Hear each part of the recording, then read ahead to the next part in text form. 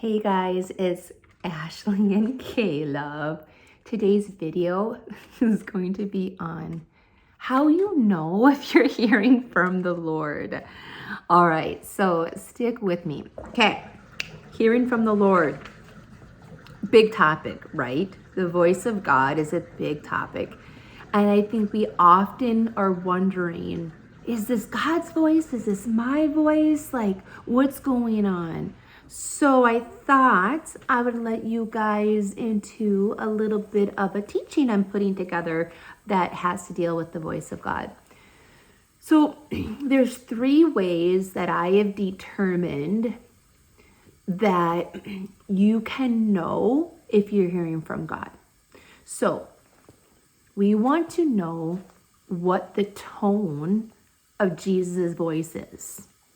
We want to know the feelings that we will feel when you're hearing from him. And then finally, we're going to want to know what he is speaking, like the words. What are the words he's speaking? So the tone, the feelings, the words that Jesus represents will be what we talk about today. If you hear licking, that's Caleb. Caleb is such a licker. She loves to lick. Okay, so the tone of voice.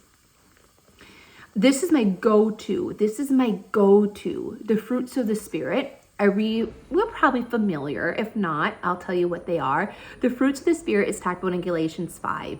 And the fruits are love, joy, peace, patience, kindness, goodness, faithfulness, gentleness, and self-control. If we are to walk out these fruits, how much more is Jesus going to speak with these things? Okay. Jesus is going to speak with gentleness and love and joy and kindness. So the tone of his voice will be these things. Another verse that I really love is in Galatians, and it's Galatians 6:1. And it says, whoopsies. It says, brethren, if a man is overtaken in any trespass, you who are spiritual, restore such a one in a spirit of gentleness. If we are to restore in the spirit of gentleness, how much more will Jesus restore in a spirit of gentleness? Okay, his tone will be that of kindness, of gentleness. If we mess up, we're not going to be hearing, oh, you idiot, you screwed up again, and da-da-da-da-da. Or like, oh, you should be doing that. There you go again. Like, that's not gentle. It'll be like, hey, okay, let's reevaluate this decision we're about to make. Or, okay, we messed up, but you know what? We're going to work through this, and this is how we're going to work through it. It'll be done with gentleness. Okay, there's times his tone may be a little bit more direct. It may be more that of discipline, but God and Jesus are only going to discipline those he loves. And even in the midst of discipline, and even in the midst of perhaps maybe a more direct word, you will know there's love behind it though. Okay? So a little bit about discipline. You can look up Hebrews 12:11, Revelation 3:19. Those could be some verses for you to understand just the discipline of God and what that can look like, and that it's done with love.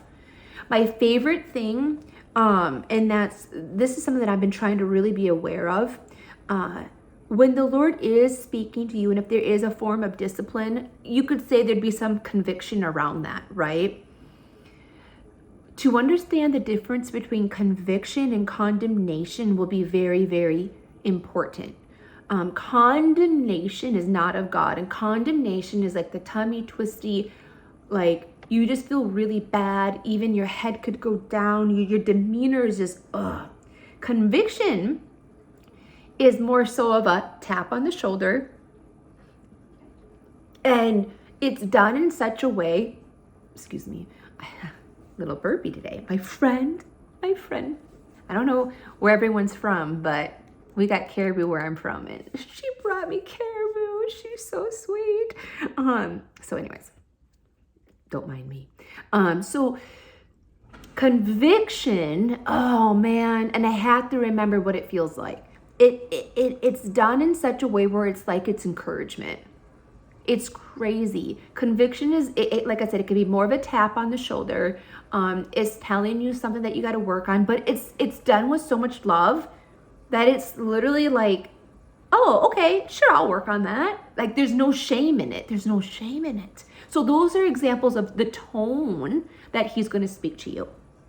Okay, so that's that tone. So now feelings. What are you going to be feeling when he's talking to you?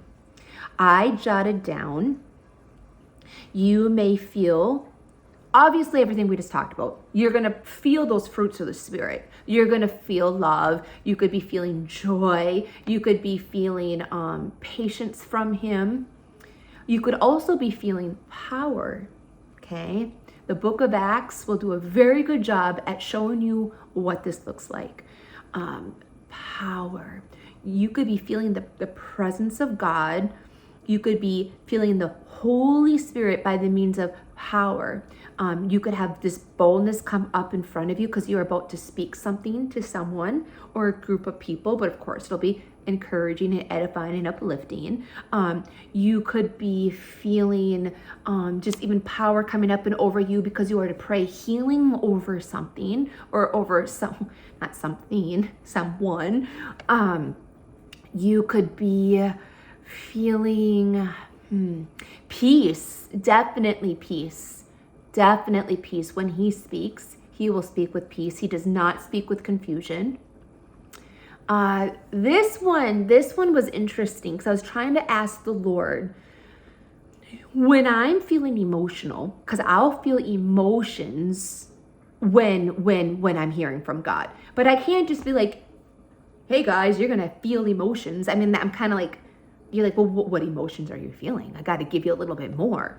And so I said, well, what is it that I'm feeling? I mean, sure, I'm crying and I'm feeling your presence, but how do I describe that? Like, what is it? And I felt like what I heard was glory. You know, we use the name glory a lot, the glory of the Lord, but do we know what glory even means? So I studied just a little, and glory can mean like all of God's characteristics. All of God's characteristics. And so then what are God's characteristics? Well, he is holy, he is worthy, he is I'm trying to think I know I'm going to say it incorrectly. The word that's splendid. That would be the word, splendid. I think that's the right way of saying it. My grammar sometimes is not always the best.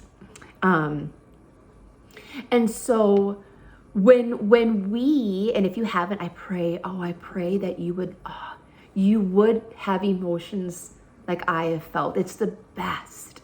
So when you're feeling emotions and you're feeling you're tearing up because the presence is so there, I really believe what's happening, it's the glory. And then what part of the glory, it could be this holiness you're experiencing, his worthiness. It could be just the splendor of the Lord that you're sensing. For me, it's his holiness. Because anyone who's been watching some of my videos lately, you know I've been camping out in the Torah, those first 5 books of the Bible, and man alive, when his holiness gets brought up, because holiness means he's set apart, I'll just like start to cry. I'm like, oh my gosh. So that's another feeling. You could be feeling his glory. Okay, and I think his glory can manifest in a lot of different ways.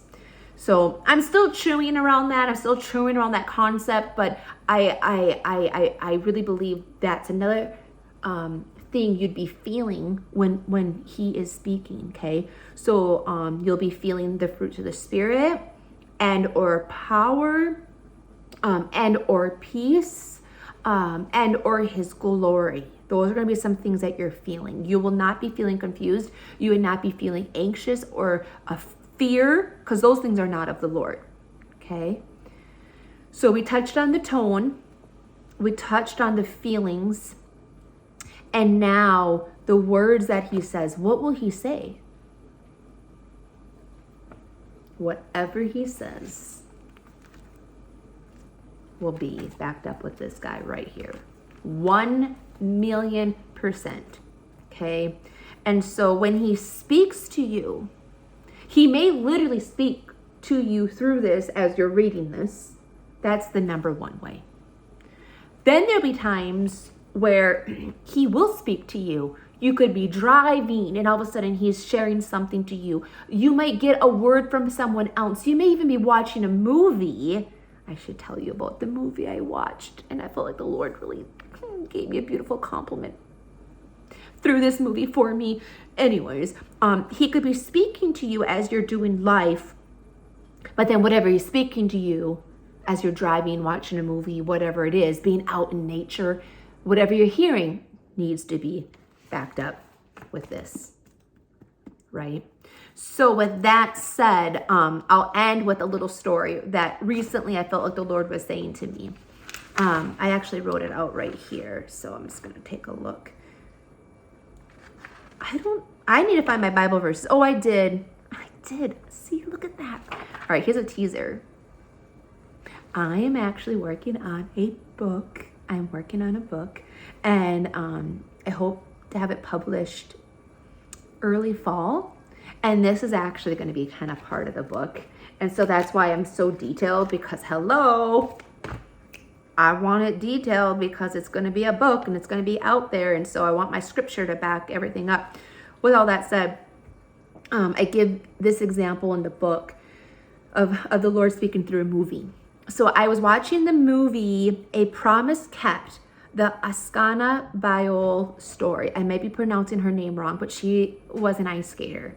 I didn't know much about her, and I stumbled across this movie. It was actually just like a couple weeks ago, and man, it moved me.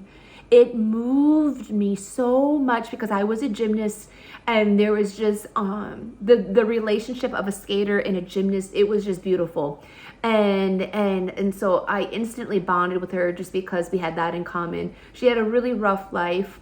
She had a hard life, but she never gave up. She just kept on just plowing through. But the main part of this movie was she seemed to second guess herself. Okay. But she was amazing. She was really, really good. And so, she would often be like, I don't know if I'm good enough for all of this. Or, there's times that maybe she thought she was getting into, not trouble, but like one time her coach pulled her aside and she thought it was because she was the worst in the class, but really it was because she was the best. And so anyways, it was just so sweet and very humble and just so good. And she did so well. She won the Olympics, and I think it was 1994 or 93, whatever it was, around that time. It was just so good. So I'm like crying. And then later on that evening, like the next day, I really felt like the Lord said, you're like Askana. I'm like, what do you mean? Because I can second guess myself. And I felt like the Lord's like, Ashley, like you're doing good.